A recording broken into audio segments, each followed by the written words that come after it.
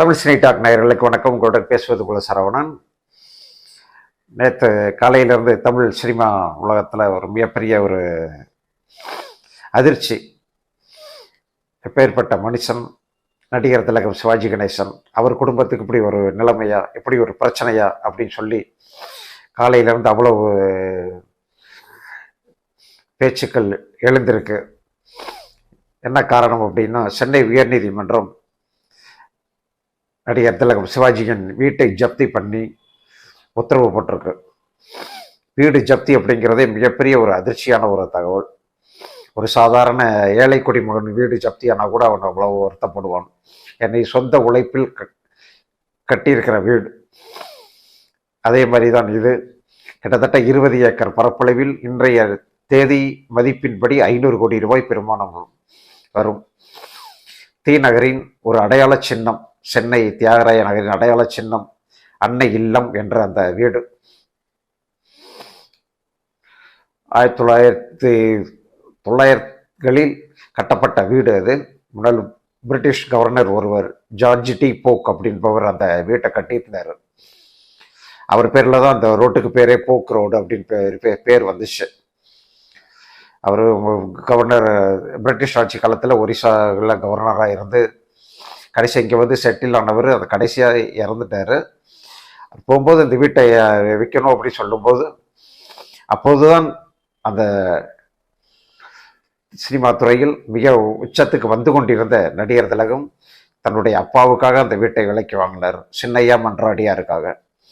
தன்னுடைய அப்பா சின்னையா மன்றாடியார், அம்மா ராஜாமணி அம்மா, தன்னுடைய அண்ணன்கள் விசி சண்முகம், விசி தங்கவேலு, இவர்களோடு சிவாஜியும் சேர்ந்து ஒரு கூட்டு குடும்பமாக அந்த வீட்டில் வாழ்ந்தார்கள். தமிழ்நாட்டுக்கே ஒரு மிகப்பெரிய ஒரு உதாரணம் கூட்டு குடும்பத்திற்கு சிவாஜியின் குடும்பம் தான் அப்படின்னு இன்னைக்கு வரைக்கும் சொல்லுவாங்க. அப்பேற்பட்ட பாரம்பரியம் மிக்க ஒரு குடும்பம். அந்த வீடு இப்போது வரையிலும் ஒரு ஷூட்டிங் ஸ்பாட் மாதிரி. அந்த பக்கம் போகிறவங்க வர்றவங்க எல்லாருமே வியந்து பார்ப்பாங்க, இவ்வளோ பெரிய வீடு எப்படி கட்டி முடித்தாங்க, எவ்வளோ அழகாக இருக்கும் அப்படின்னு. அந்த வீட்டுக்குள் உள்ளே சென்று வந்த பத்திரிகை நிருபர்கள், சினிமாக்காரர்கள் அத்தனை பேருமே ரொம்ப பிரமிப்பாக பார்ப்பாங்க, எவ்வளோ அழகாக அந்த வீட்டை வச்சுருக்காங்க அப்படின்னு சொல்லி. அதோட நடிகர் திலகம் என்ற அந்த மாபெரும் மனிதனின் நினைவு அந்த வீட்டுக்குள்ளே தான் இருக்குது. அவரை அந்த வீட்டில் சந்திக்காத திரையுலக நட்சத்திரங்களே கிடையாது. தன்னுடைய கடைசி காலம் வரையிலும் அந்த வீட்டை ஒரு பொக்கிஷமாக பார்த்து வச்சிருந்தார். ஆனால் இன்னைக்கு அவருடைய பேரப்பிள்ளைகள் தலையெடுத்த பின்பு அந்த குடும்பத்திற்கு என்ன பிரச்சனை என்று தெரியவில்லை. தன்னுடைய வீடு ஜப்தியாகின்றது அப்படின்னு ஒரு கோர்ட்டு உத்தரவு வருகின்ற வரையில் எவ்வளவு அலட்சியமாக ஏன் இருந்தாங்க அப்படின்னு தான் திரையுலகத்தில் பல பேருக்கு கோபம் அவர்கள் மீது. எல்லாருக்குமே கோபம் வரத்தான் செய்யும். உண்மை என்ன நடந்துச்சு அப்படின்னா, 2019ஆம் ஆண்டு ஜெகஜால கில்லாடி அப்படின்னு சொல்லி ஒரு படம் தயாரித்தார். தயாரிப்பாளர் யாருன்னா, நடிகர் திலக சிவாஜியின் மூத்த மகனான ராம்குமாரின் மூத்த மகன் துஷ்யந்த். அவரும் அவருடைய மனைவி அபிராமி துஷ்யந்தும் பார்ட்னராக இருக்கிற ஈசன் என்டர்பிரைசஸ் அப்படின்னு ஒரு கம்பெனி. அந்த கம்பெனி சார்பாக இந்த படத்தை தயாரித்தாங்க. இவங்க ஏற்கனவே மண் பானையும் அப்படின்னு ஒரு படம் தயாரிச்சிருந்தாங்க. அந்த படத்தில் விஜயராமுல நடிச்சிருந்தார். இதுக்கடுத்து இந்த படத்தை தயாரிச்சிருக்காங்க. படமும் ஏற்கனவே எடுத்து முடிச்சாச்சு. ட்ரெய்லரும் 2019லேயே ரிலீஸ் ஆயிருச்சு.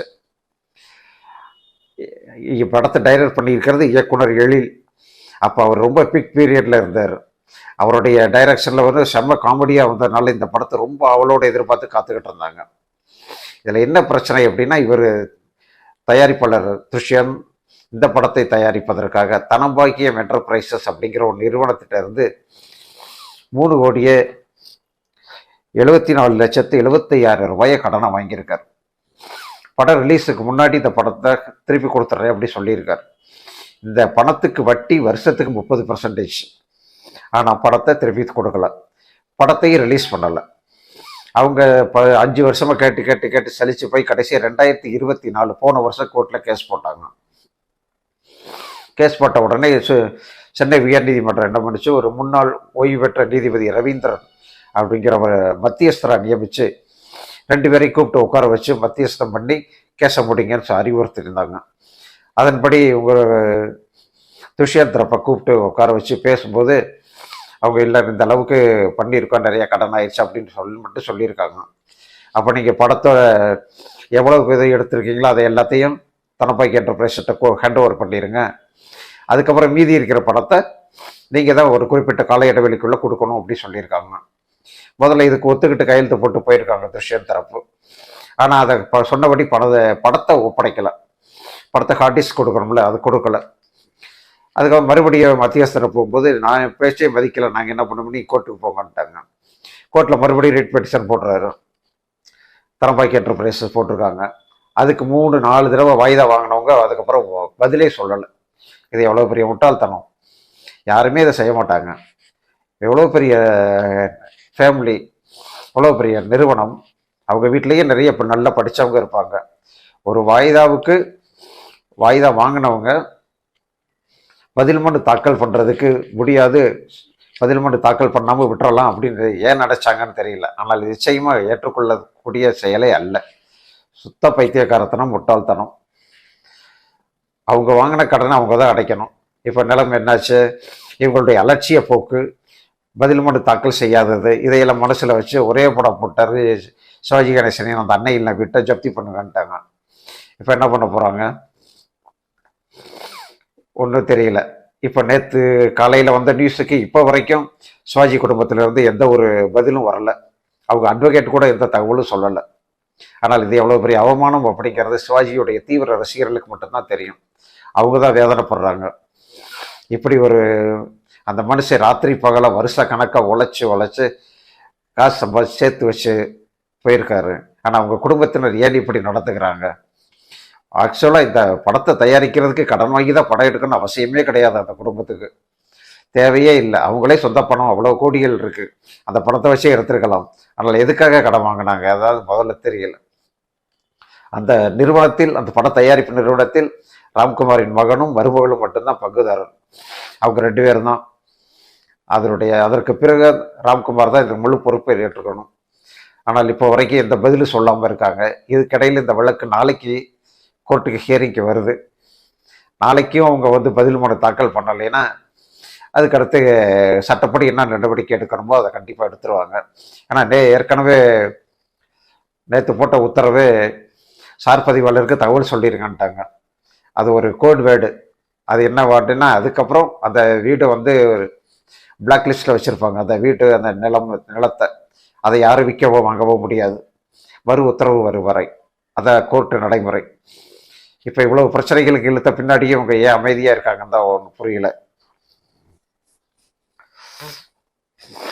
சிவாஜி கணேசன் அப்படிங்கிற ஒரு பேர் வெறும் பேர் இல்லை, அது ஒரு அடையாள சின்னம். தமிழ் சினிமாவின் தனித்த அடையாளம்.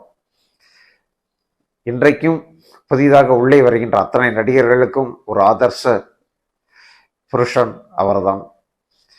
அப்பேற்பட்ட மனிதர் கடைசி வரையில் மிகுந்த மரியாதையோடு வாழ்ந்து, கண்ணியமாக வாழ்ந்து, பேரும் புகழோடு போய் சேர்ந்தார். அந்த பெயரை புகழையும் காப்பாற்ற வேண்டிய பொறுப்பு அவருடைய குடும்பத்தினருக்கு உண்டு. அதை அவர் காப்பாற்றுவார்கள் என்று நம்புகிறோம். நாளை வரை காத்திருப்போம் என்ன நடக்கிறது என்று. நன்றி, வணக்கம்.